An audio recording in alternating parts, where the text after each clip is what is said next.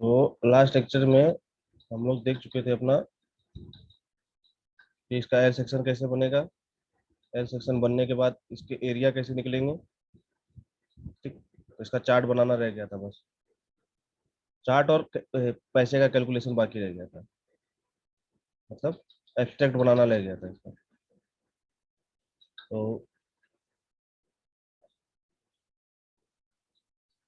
तो ये हाइट तो आपको पता ही है कहाँ से आई।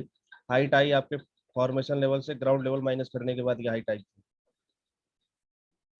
ठीक, यानी इतनी हाइट की आपको भराई करनी है टोटल। ठीक, यानी चैलेंज नंबर 10 पे इतनी, चैलेंज नंबर 11 पे इतनी भराई करनी है, चैलेंज नंबर 12 पे इतनी, और सो ऑन। ठीक, उसके बाद आपको मीन हाइट निकालनी है। तो मीन हाइट निकालने के लिए क्या करेंगे,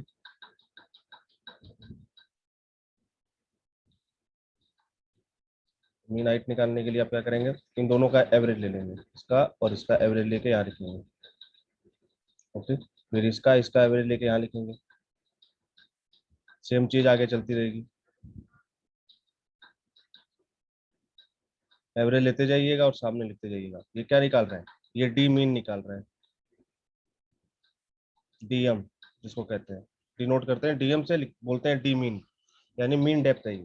तो मीन डेप्थ कैसे निकलेगी, खाली एवरेज नहीं की, एवरेज लेते जाइए और डी मीन निकालते जाइए। डी मीन निकल गई आपकी। आपको उसके बाद क्या निकालना है, उसके बाद आपको निकालना है सेंट्रल एरिया। ठीक, सेंट्रल एरिया क्या मतलब, सेंट्रल एरिया का मतलब ये जो आपका फॉर्मेशन लेवल है कुछ इस तरह से है।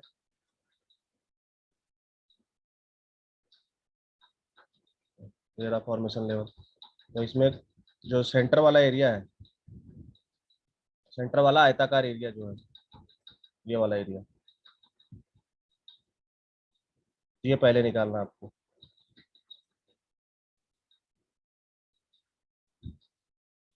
ये कैसे निकलता है पता ही है। आयताकार का एरिया क्या होता है, लंबाई गुणे चौड़ाई, तो लंबाई गुणे चौड़ाई। ये बी दिया हुआ आपको ऑलरेडी क्वेश्चन में। ठीक, डी मीन आपने निकाल ही ली है, मीन डेप्थ। तो डेप्थ को बिड से मल्टीप्लाई कर दीजिए, सेंट्रल एरिया मिल जाएगा।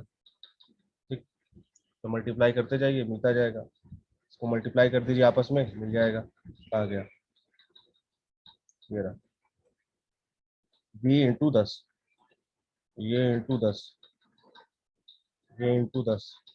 सबको 10-10 से मल्टीप्लाई करते जाइए। क्यों, क्योंकि बी की वैल्यू 10 दी हुई है।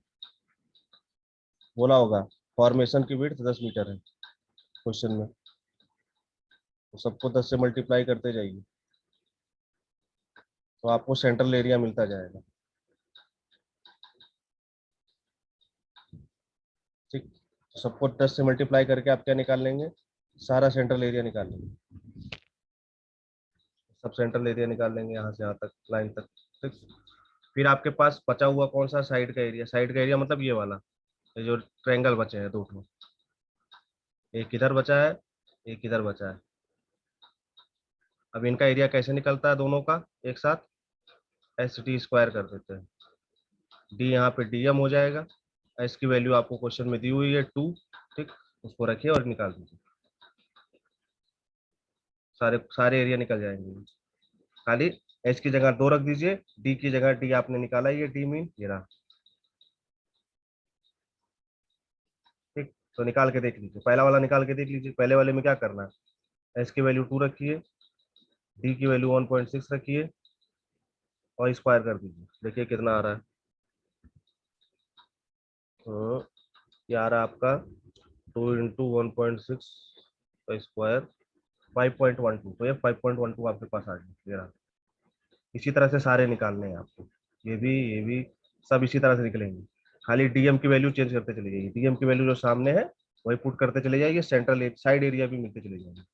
अब टोटल एरिया कैसे निकालेंगे, टोटल एरिया हमको पता है कि इन एक ट्रायंगल का और रेक्टेंगल का दोनों का एरिया का सम होता है टोटल एरिया। तो टोटल एरिया निकालने के लिए सम कर दीजिए।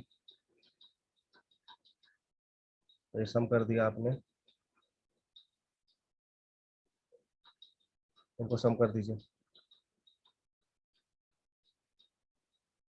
ये ट्रायंगल एरिया है, ये सेंट्रल एरिया है, यानी ट्रायंगल रेक्टेंगल का एरिया और ट्रायंगल का एरिया दोनों को जोड़ेंगे तो आपको फॉर्मेशन का एरिया मिल जाएगा। तो दोनों को जोड़ दीजिए।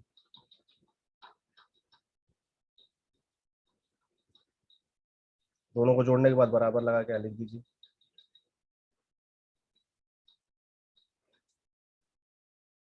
ये टोटल एरिया हो गया आपके पास।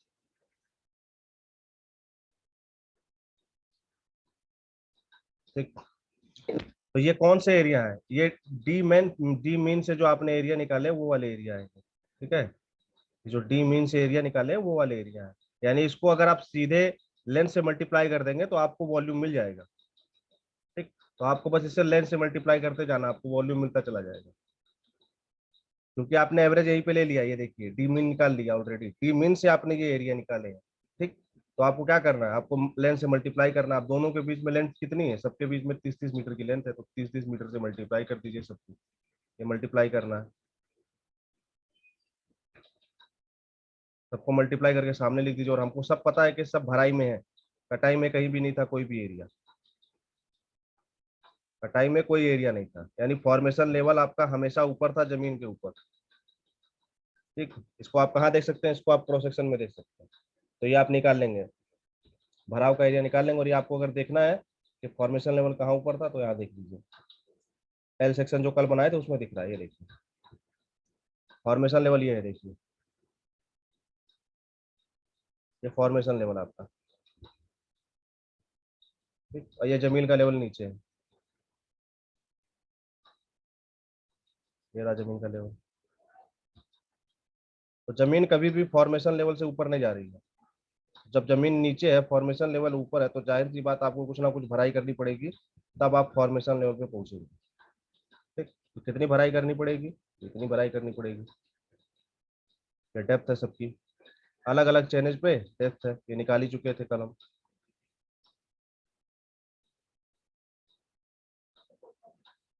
तो ये निकाल लेंगे। तो इस क्वेश्चन में किसी को डाउट नहीं रहना चाहिए, बहुत आसान क्वेश्चन है। ठीक, और इससे आसान क्वेश्चन एग्जाम में देगा भी नहीं, एग्जामिनर बना भी नहीं सकता। 15 नंबर में क्वेश्चन आएगा ही आएगा। तो ठीक, और ऐसे क्वेश्चन आते हैं, और आ चुका है, आपके एग्जाम का ही क्वेश्चन है, तभी मैं इसको उठाया हूँ। एग्जाम का ही क्वेश्चन है आपके लिए। और आप लोग भ्रम मत पालिएगा कि एग्जाम नहीं होगा, एग्जाम होगा आप लोगों का। ठीक, तो आप ये टोटल वॉल्यूम निकाल लेंगे, सबको सम कर देंगे नीचे, अब ये टोटल वॉल्यूम निकाल लेंगे। ठीक, टोटल क्या है, ये भराई का वॉल्यूम है 3513.6 क्यूबिक मीटर। अब आपको क्या करना है, एब्स्ट्रैक्ट निकालना है, यानी कॉस्ट निकालनी है। ये तो आपने मेजरमेंट करके निकाली है, मेजरमेंट का पार्ट था ऊपर वाला। अब आपको एब्स्ट्रैक्ट बनाना है, यानी कॉस्ट निकालनी है। कॉस्ट निकालने के लिए आप क्या करेंगे, आपके पास आइटम तो केवल एक ही है, कौन सा आइटम, अर्थवर्क का। आपको अर्थवर्क का ही कॉस्ट निकालने के लिए बोला और कुछ नहीं बोला। तो अर्थवर्क लिखेंगे, अर्थवर्क इन बैंकिंग। ठीक, कितनी क्वांटिटी है, इतनी क्वांटिटी है, ये ऊपर निकाले आप, यही चीज यहाँ रख दीजिए। ठीक, यूनिट क्या है आपको पता होना चाहिए कि अर्थवर्क की यूनिट क्यूबिक मीटर होती है। अगर वो सरफेस ड्रेसिंग नहीं है, अगर सरफेस ड्रेसिंग नहीं है वो, तो अर्थवर्क की ये जो यूनिट होती है क्यूबिक मीटर में ही होती है, क्यूबिक मीटर होती है। फिर आपको रेट दी हुई है, रेट दी हुई है 275, ठीक, परसेंट क्यूबिक मीटर। ठीक, इसका मतलब ये है कि 275 रुपया, 275 रुपया पर 100 क्यूबिक मीटर। ठीक, इसका मतलब ये है। तो अब इसको कैसे कॉस्ट निकालेंगे, आपके पास टोटल क्वांटिटी कितनी है, कितनी, और आपके पास प्रति 100 क्यूबिक मीटर की रेट कितनी दी हुई है, 275 रुपया। ठीक, तो इस 3513.6 में कितने कितने 100 है, यानी कितने 100 की यूनिट है, तो डिवाइड कर दीजिए 3513.6 डिवाइडेड बाई 100। ठीक, इसमें इतने 100 है, यानी इतने 100 क्यूबिक मीटर आपका वो है, अर्थवर्क है। और एक 100 का कितना कॉस्ट है, कॉस्ट है 275 रुपया। तो मल्टीप्लाई कर दीजिए, तो कितनी कॉस्ट आ जाएगी आपकी, इतनी आ जाएगी। निकाल लीजिए कैलकुलेटर में, अगर जिसके पास कैलकुलेटर है तो यूज करिएगा। 13 डिवाइडेड बाई 100 इंटू 275, तो ये आ गया आपके पास 9662.42। ठीक, तो ये आ गई आपके पास कॉस्ट आई है। लेकिन मैंने बताया जब भी आप एब्स्ट्रैक्ट शीट बनाते हैं या कॉस्ट निकालते हैं, उसमें दो तरह के कॉस्ट और इंक्लूड किए जाते हैं। कौन कौन से, पहला होता है आपका फुटकर, फुटकर वेव। फुटकर वेव के बारे में पहले बता चुका हूँ। फुटकर वेव ऐसा वेव है जिसके बारे में आपको पहले से अनुमान नहीं होता। तो उसके लिए हम लमसम 2% 3% ले लेते हैं। ठीक, इसका एग्जाम्पल भी बता चुका हूँ 3-4 बार। जैसे मान लीजिए आपके घर में शादी है, तो क्या आपके घर में केवल खाने पीने का ही पैसा लगेगा क्या, कि केवल टेंट का ही पैसा लगेगा? कुछ पैसे ऐसे होते हैं जो आप जेब में रखे रहते हैं लेकिन आपको पता नहीं चलता कहाँ चले गए। ठीक, ऐसे होता है कि 10,000 रुपये गायब हो गए, पता ही नहीं चला कहाँ गए, तो वो वही फुटकर खर्चे ही है वो। ठीक, क्योंकि आपको उनको पहले से अंदाजा नहीं है कि इतने पैसे फुटकर में चले जाएंगे या यहाँ लग जाएगा वहां लग जाएगा, तो इसको जोड़ने के लिए हम क्या करते हैं, इसमें डायरेक्टली हम जोड़ देते हैं, क्योंकि ऐसे खर्चे होंगे, ये फुटकर खर्चे होते हैं। कितने? 3%। 3% फुटकर खर्चा लिया जाता है। ओके, अब 2% क्या लिया जाता है? 2% लिया जाता है वर्क चार्ज इस्टेब्लिशमेंट लिया जाता है। अब ये क्या होता है? जहां पे आप काम कर रहे हैं वहां पे काम को सुचारू रूप से बनाए रखने के लिए कुछ खर्चे करने पड़ते हैं आपको। इसका भी एग्जांपल दिया था, जैसे गार्ड हो गया, मुंशी हो गया, इंजीनियर हो गया, ये सब क्या है? ये सब वर्क चार्ज इस्टेब्लिशमेंट के काम है। ठीक, वहां पे अगर आप पानी की व्यवस्था करेंगे, पीने के पानी, ये सब ये क्या है? वर्क चार्ज इस्टेब्लिशमेंट है। काम को सुचारू रूप से कराने के लिए जो खर्चे किए जाते हैं उसको कहते हैं वर्क चार्ज इस्टेब्लिशमेंट, यानी कार्य प्रभारित स्थापना। अब ये 2% लिया जाता है, तो ये दोनों कॉस्ट आपको जोड़नी पड़ेगी। ठीक, अब ये लमसम जोड़ा जा रहा है, एक्यूरेट तो आपने कैलकुलेशन किया नहीं, आपने लमसम निकाल लिया कि 3% होता है और 2% होता है, तो लमसम इसने आपने जोड़ दिया, तो निकाल लीजिए, यानी 5% निकाल लीजिए, इसका 5% निकाल लीजिए, इतना ही आएगा, तो जोड़ दीजिए 483 रुपया और 12 पैसा जोड़ दीजिए, टोटल कॉस्ट इतनी आ गई आपके पास। तो 5% निकाल के जोड़ दीजिए और ये टोटल कॉस्ट आ गई आपके पास। तो आपको इतना पैसा लगाना पड़ेगा, किसके लिए? इतनी भराई करने के लिए। कितना? 3513.6 क्यूबिक मीटर। इतनी खुदाई करने के लिए आपको, भराई करने के लिए आपको इतना पैसा लगाना पड़ेगा, 10,145.52 रुपया। तो ये है आपका डिटेल एस्टिमेट, किसका? रोड के केस में। ठीक, अगर समय परमिट करेगा तो 1-2 न्यूमेरिकल और हो जाएंगे इसके ऊपर। ठीक, लेकिन इससे ज्यादा खतरनाक क्वेश्चन नहीं आएगा एग्जाम में। तो कैनाल के भी मैंने, कैनाल का तो बहुत बड़ा क्वेश्चन करा दिया, उसमें कोई दिक्कत ही नहीं होगी किसी को, और इसको भी प्रैक्टिस करिएगा, इसमें भी दिक्कत नहीं होनी चाहिए। खाली एल सेक्शन बनाने में थोड़ा बहुत ऊपर नीचे हो जाता है, वो स्केल पे नहीं बनाना, ये पहले भी बता चुका हूँ मैं कि एल सेक्शन आपको स्केल पे नहीं बनाना है बस।